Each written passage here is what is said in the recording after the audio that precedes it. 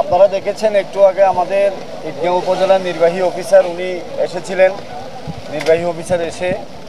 নির্বাহী অফিসারের মাধ্যমে উপজেলা প্রশাসন আমাদেরকে সহযোগিতা করেছেন এবং নগদ 5,000 টাকা দিয়েছেন এবং 6,000 টাকা চেক দিয়েছেন। তার মানে হচ্ছে আমাদের এখানে আপনার 2 বান করে টিন, তারপর হচ্ছে আপনার নগদ 11,000 টাকা, এরপরে হচ্ছে শুকনা খাবার এখানে বিতরণ করা হয়েছে।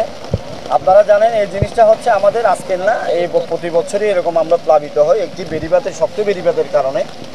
এই 7 থেকে 8 মাস আগে একবার আমরা প্লাবিত হয়েছি। প্লাবিত হওয়ার পরে আমরা এলজিডিকে অনুরোধ করার পরে স্থানীয় উপজেলা প্রশাসনের মাধ্যমে ওনারা একটি আপনার আরসিসি একটি গাইডওয়াল দেওয়ার জন্য এটা প্রস্তুতি নিয়েছিল। প্রস্তুতির কাজের প্রারম্ভেই হঠাৎ একটা জলোচ্ছ্বাসের কারণে এই গত পরশুদিন অর্থাৎ শুক্রবারে আমাদের এই ঘরগুলো প্লাবিত হয়। প্লাবিত হওয়ার কারণে আমাদের প্রায় 12টি ঘর একদম বেশি করে আঘাত আনে। প্লাবিত হওয়ার কারণে 3টি ঘর ভেঙে গেছে।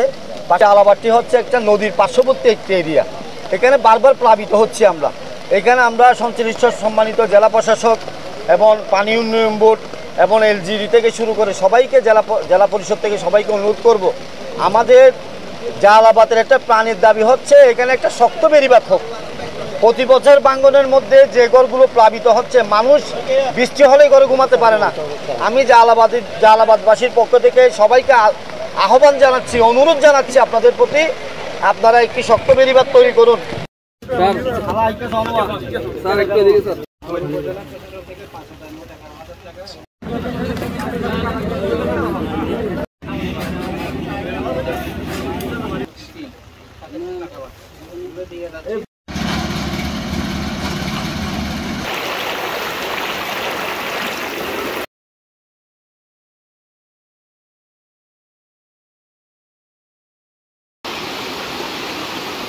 ए फुड़ी दे गया।